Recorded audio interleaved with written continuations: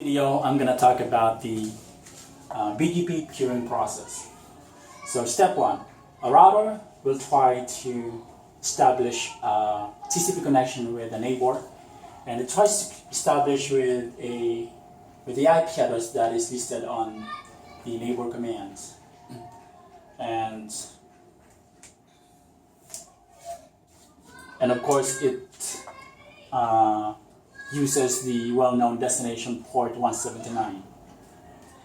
And step two, when the three-way TCP connection completes, the router will send its first open or BGP open message, and that open message includes parameters.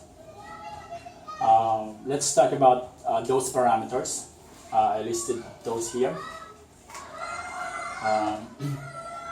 Number one is autonomous system number. So the autonomous system number that is configured on the local routers should match the remote AS that is configured on the remote router. Number two is the BGP router IDs should be different on both routers. And number three, if authentication is configured, of course the authentication key should match on both routers. And number four, neighbor command.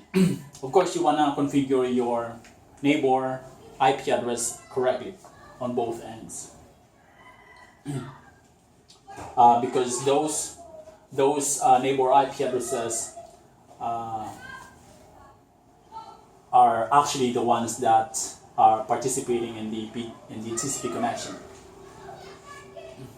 And step three, after the open message has been sent and received and all the parameters match, the neighbor relationship is formed and it reached the established state.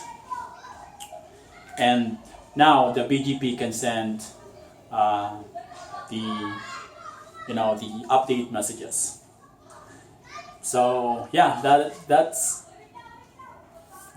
it for the BGP peering process. Thanks for watching. Bye.